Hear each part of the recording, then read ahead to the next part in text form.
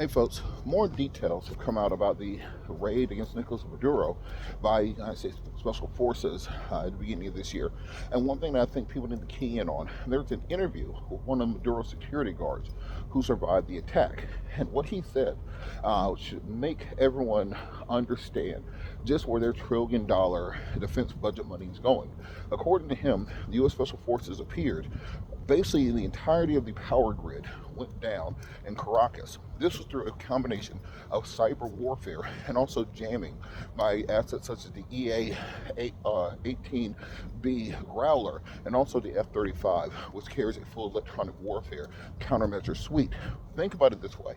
If the Gerald R. Ford is a $30 billion Death Star, the electronic warfare suite surrounding it with its assets, the equivalent of a force field. So even if Caracas was able to scramble their jets, the older Su-29s, the F-16 Block Cs that they had, they would have fallen out of the sky if they could even take off or turn on.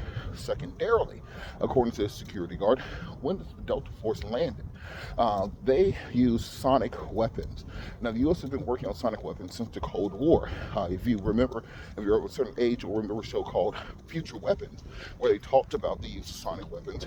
And you can even remember an episode of Mythbusters where they talked about the concept of the quote-unquote brown noise, which would be used by the military to cause people to loosen their bowels with sonic weapons. Well, according to the security guard, the security detail was as many as 100 people.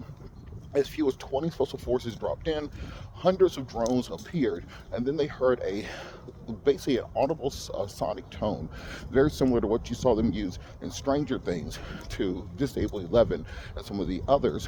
And what this did would cause them to have pressure in their brains. What he said, he felt like it was going to explode from the inside out. It caused nosebleeds, it caused vomiting, and disabled as the entirety of the crew.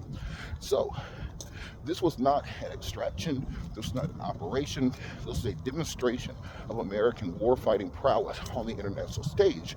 But remember, these weapons were initially developed or started research in the 1960s as a form of crowd control against U.S. citizens.